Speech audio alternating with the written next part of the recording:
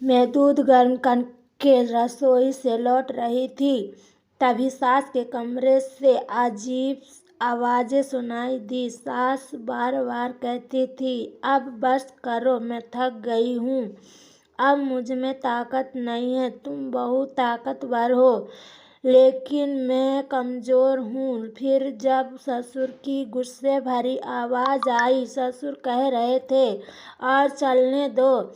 यह सब सुनकर मैं डर गई और अपने कमरे में आ गई। जब मैं सोने गई तो सोचती रही कि मेरे ससुर जी इतने ताकतवर कैसे हैं। मुझे भी ऐसा ही पति चाहिए था। हेलो दोस्तों, मेरी शादी बहुत जल्दबाजी में हुई। एक अच्छा ससुराल होने के नाते मेरे माता पिता ने शादी से इनकार नहीं किया और मेरी शादी कर दी। मैं ससुराल को आए 5 दिन हो गए थे और मैं अपने पति की दिनचर्या से भली भांति परिचित थी। उसे हर रात दूध पीना पसंद था, लेकिन मैं भूल जाती थी। मैं हर बार छोटी छोटी बातें भूल जाती थी और कुछ चीज़ों को ज़्यादा महत्व देती थी और उन बातों के बारे में सोचती रहती थी। 3 दिन से मेरे पति मुझे रात को दूध लाने की याद दिला रहे थे। मुझे दूध पीने की आदत है, लेकिन मैं फिर गई। एक दिन मेरे पति गुस्से में मेरे पास आए और गुस्से में मुझसे बोले, क्या मुझे हर रात तुम्हें बार बार बताना पड़ेगा? मैं जल्दी से उठकर रसोई में चली गई। मेरी सास अपने कमरे में थी। जब मैं दूध गर्म करके लौट रही थी तो सास ससुर के कमरे से अजीब सी आवाज़ें आ रही थी। सास बार बार कहती थी, अब बस करो, मैं थक गई हूँ, अब मुझ में इतना ताकत नहीं। तुम बहुत ताकतवर हो, लेकिन मैं कमज़ोर हूँ। फिर ससुर जी की गुस्से भरी आवाज़ आई, थोड़ी देर रुक नहीं सकती क्या? यह सब सुनकर मैं असमंजस में पड़ गई और अपने कमरे में आ गई। जब मैं सोने गई तो यह सोचती रही कि मेरे ससुर जी इतने ताकतवर कैसे हैं। मुझे भी ऐसा ही पति चाहिए था, लेकिन मेरे पति बहुत ही जल्दी थक जाते थे। यही सोचते सोचते मैं सो गई। सुबह जब मैं उठी तो मेरी सास रोज की तरह घर का काम कर रही थी। उसका व्यवहार बिल्कुल सामान्य था। ऐसा लग ही नहीं रहा था कि वे ऐसा सब रात में कर रही थी। मेरे ससुर जी एक दिन जल्दी ही काम से घर आए और तुरंत सास को कमरे में बुलाकर अंदर ले गए। मैंने खाना बनाया और अपनी सास को बुलाने के लिए उनके कमरे के पास दरवाजे पर पहुंची तो उनकी आवाज़ सुनकर चौंक गई। रात का खेल फिर से शुरू हो चुका था। सास कहती रही, रुको, मैं थक गई हूँ। यह सब सुनकर मैं डर गई और वापस रसोई में आ गई।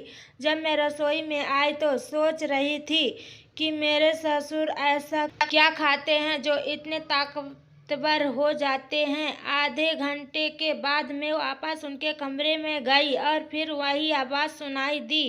अब मैं सोचती थी कि ससुर जी इतना शक्तिशाली होने का क्या राज होगा। अब मैं जानना चाहती थी कि मेरे सास उन्हें रोज क्यों मना करती है।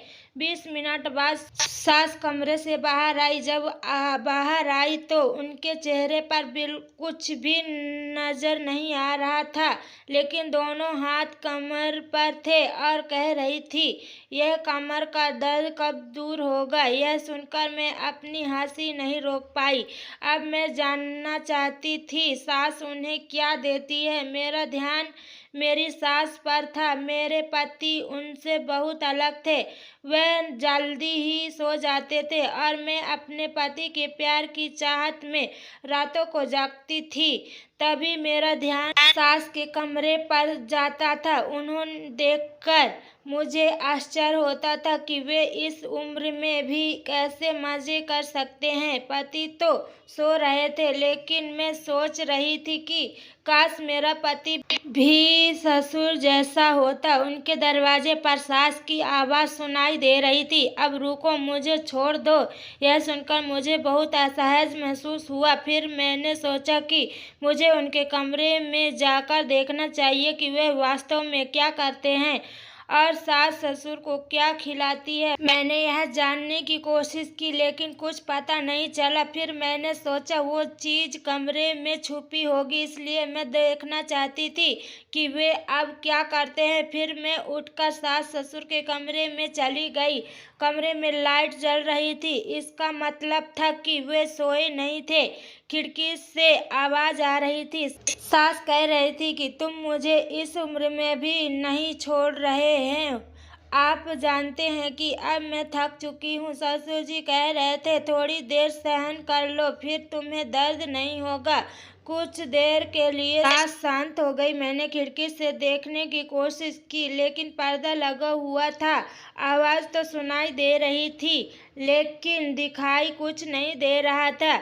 यह देखकर मैं निराश हो गई और अपने कमरे में लौट आई। मैं भी अपने बिस्तर पर आकर सो गई। तभी मेरे पति गुस्से में बोले कि इस समय कहाँ से आ रही हो।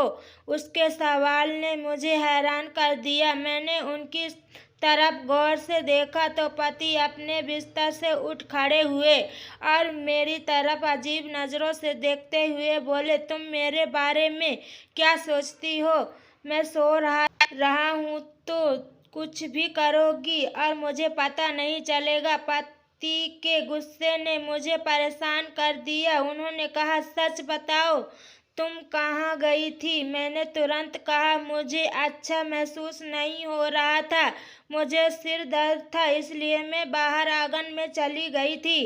अब तुम ही बताओ इसमें गलत क्या है? मैंने थोड़ा जोर से बोला। यह एक पल के लिए शांत हुआ और ही बोला, बाहर आंगन में जाने की क्या जरूरत है? अगली बार जब तुम्हें सिर दर्द हो तो मुझे जगा देना। तुम्हें अकेले बाहर जाने की जरूरत नहीं है।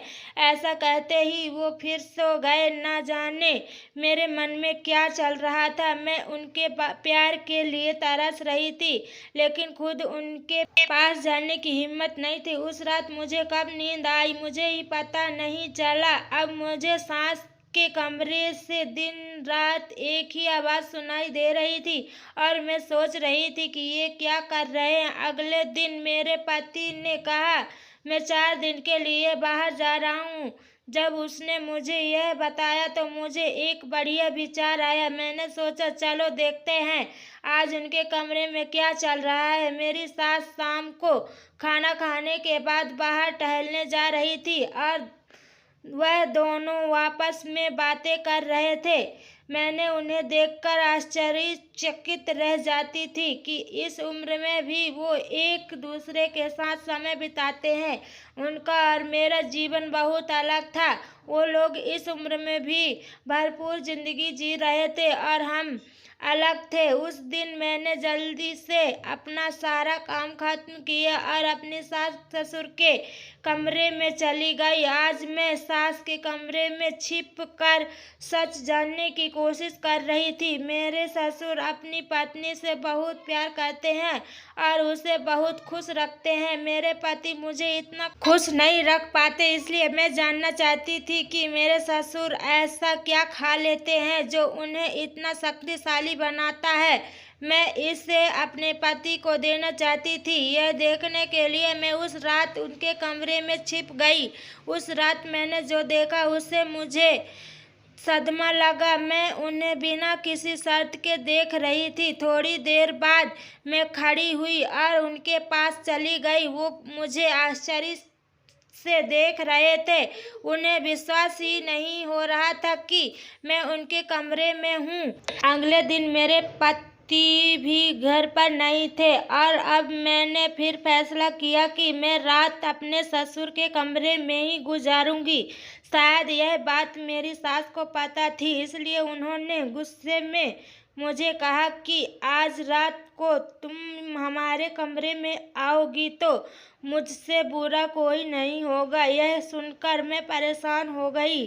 उसी समय मेरे ससुर वहां आ गए। हमें बातें करते देख वह हमारी तरफ आए और मेरी तरफ देखने लगे। फिर मैंने धीमी आवाज में कहा, सास मुझे रात को कमरे में आने से मना कर रही है। यह सुनकर मेरे ससुर बहुत क्रोधित हुए और क्रोधित मुख से उनकी ओर देखते हुए बोले, बहू को मना मत करो, उस पर मेरा उतना ही अधिकार है जितना तुम लोगों पर है। फिर आप उसे क्यों मना कर रही हो? जो तुम स्वयं नहीं कर सकती उसे करने दो। फिर उनके जाने के बाद मेरी सास ने कहा कि अगर तुम आज हमारे कमरे में आ गई तो मैं तुम्हारे पति को तुम्हारे खिलाफ कर दूंगी। यह सुनकर मैं परेशान हो गई। अगर वह मेरे पति को मेरे खिलाफ कुछ कह देगी तो वह मुझसे नाराज हो जाएंगे। मेरे लिए यह सब सहना मुश्किल था। मैं जानती थी कि मेरे पति शकी है। अगर उनके मन में कोई बात आ जाए तो उसे दूर करना आसान नहीं होता। मुझे अब भी याद है कि जब मैं शुरुआती दिनों में एक बार मैं कमरे से बाहर चली गई थी तो उन्होंने मुझसे कितने गुस्से में बात की थी। उनकी आंखों में संदेह देखकर डर गई। अगर मेरी सास ने ऐसा कुछ कहा तो मैं क्या करूंगी और मेरा पति अपनी माँ की बात सुनेगा और उन पर ही विश्वास करेंगे। फिर मैंने फैसला किया कि मैं अपनी सास की बात मानूंगी, उसके साथ घुल मिल जाऊंगी और वह नाराज नहीं होगी। वह मेरे पति को मेरे खिलाफ करने की कोशिश नहीं करेगी। मैं रात के खाने के तुरंत बाद अपने कमरे में चली गई और सो गई। मैं बहुत खुश थी कि मैं अपने ससुर के कमरे में गई थी और मुझे उन्हें देखकर खुशी मिली। लेकिन जब मुझे अपनी सास का व्यवहार याद आया तो मैं चुप रह गई। उसी समय दरवाजे पर दस्तक हुई और मैंने दरवाज़ा खोला तो सामने मेरे ससुर जी खड़े थे। उन्होंने मुझे आश्चर्य से देखा और कहा, तुम्हें आज मेरे कमरे में आना था, अब तक क्यों नहीं आई?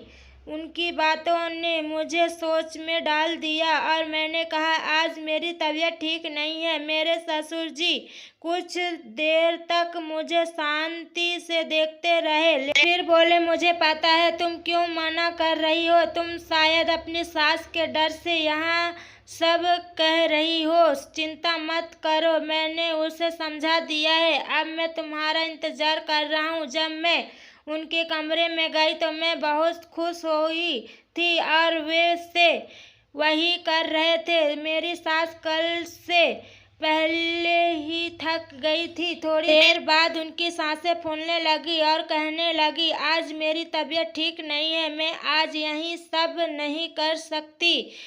उसी समय ससुर ने कहा, तुम्हें क्या परेशानी हो रही है? दिन ब दिन तो मुझे बहुत कम समय दे रही हो और जल्द ही थक जाते हो।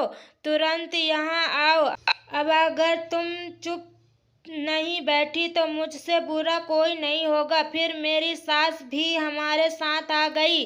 हम काफ़ी देर तक यही करते रहे। थोड़ी देर बाद मेरी सास एक तरफ हट गई और बोली, अब मेरा काम हो गया, मुझ में अब नहीं रही। उसके बाद हम दोनों यही करते रहे और काफ़ी देर बाद मैं थक गई तो मेरे ससुर ने खुद मुझसे कहा, तुम बहुत थक गए हो, अब हम ये काम बंद करते हैं और कल छुट्टी लेते हैं। मुझे यह सुनकर बहुत दुख हुआ कि वे कल रात का काम नहीं कर पाएंगे। यह सोची ही रही थी कि बाजे पर दस्तक हुई। दरवाज़ा खोला तो मेरे ससुर बाहर खड़े थे। उन्होंने मुझे अजीब नज़रों से देखा और कहा, आज तुम बहुत खूबसूरत लग रही हो। मैं उनकी तारीफ से शर्मा गई। उन्होंने कहा, चलो आज भी काम करते हैं, कमरे में आ जाओ, मैं तुम्हारा इंतज़ार कर रहा हूँ। मैं उनके कमरे में चली गई और फिर हम तीनों वही करने लगे जो पिछले 2 दिन से करते आए थे। अब मेरा मन कह रहा था कि मुझे यह काम हर दिन करना चाहिए। अगले दिन मेरे पति भी घर लौट आए। पति आते ही वो मुझे अपनी बेचैनी हमारे प्रेम कहानियां सुनाने लगे। मेरे बिना वो कितने असहज थे और मैं कितना कुछ वहाँ चूक रहा था। मैं भी उसकी बातों से बहुत खुश थी कि आखिरकार उसे मेरा एहसास हुआ और उसने मेरी कमी महसूस की। फिर मैंने अपना सर उनकी बाहों में रख दिया और आराम से सो गई। अब मैं रोज पति के आने के बाद ससुर के कमरे में जाती थी। फिर हम आधी रात तक ऐसा ही करते। एक रात जब मैं सास ससुर के कमरे से वापस आई अपने कमरे में, तो मेरे पति बहुत गुस्से में थे। मेरे पति ने मुझसे कहा, मैंने तुमसे कहा था कि रात को कमरे से बाहर मत जाना, लेकिन तुम मेरी बात नहीं मानी। सच बताओ तुम कहाँ चली गई थी? मैं उनके पास बैठ गई और बोली, मैं तुम्हारी माँ के कमरे में गई थी। यह सुनकर आश्चर्यचकित रह गया। तुम इतनी देर तक मेरी माँ के कमरे में क्या कर रही थी? उन्होंने मुझे संदेह भरी नजरों से देखा। मैंने कहा, मुझे उनसे काम था इसलिए चली गई थी।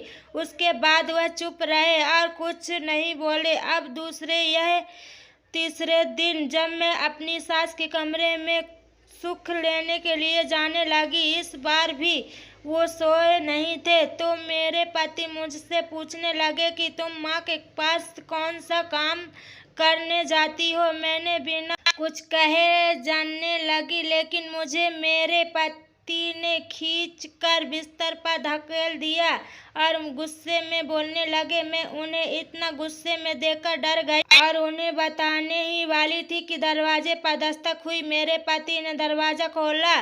सामने ससुर थे। उन्होंने मेरे पति के साथ कुछ काम था इसलिए वे अपने बेटे के साथ चले गए।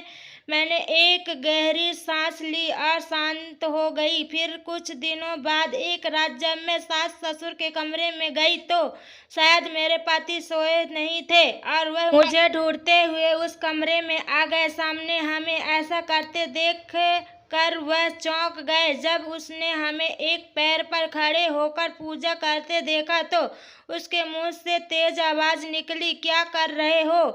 तो मेरी सास ने अपना दूसरा पैर जमीन पर रखा और सोफे पर बैठते हुए बोली, तुम्हारे पापा कब से यह पूजा करते आ रहे हैं। उनका कहना है कि एक पैर पर खड़े होकर इस तरह पूजा करने से भगवान प्रसन्न होते हैं और मनुष्य को वह सब कुछ मिलता है जो वह चाहता है। मैं जल्द ही थक जाती हूँ, लेकिन तुम्हारी पत्नी और पिताजी लंबे समय तक यही काम करते हैं। पता नहीं ये दोनों क्यों नहीं थकते। यह सुनकर मेरे पति ने मेरी ओर मुस्कुराते हुए देखा और कहा, मेरी पत्नी बहुत अच्छी है और कभी थकती नहीं है। उन्होंने खुशी से ऐसा कहा। यह सुनकर मैं शर्मिंदा हो गई लेकिन फिर मेरे पति ने सभी को समझाया कि इस तरह का अंधविश्वास रखना ठीक नहीं है। अगर सच्चे मन से भगवान की पूजा की जाए तो सब कुछ ठीक हो जाएगा। काफी समझाने के बाद मेरे ससुर जी मान गए और फिर एक साधारण इंसान की तरह व्यवहार करने लगे। सुबह नहा धोकर भगवान का अध्ययन करने लगे और हमने भी अपने आपको सुधार लिया और अच्छे से रहने लगे। दोस्तों, अगर आपको यह कहानी पसंद आई हो तो हमारे चैनल को सब्सक्राइब करें, लाइक करें। आपको आज की यही कहानी कैसी लगी हमें कमेंट करके ज़रूर बताएं। धन्यवाद।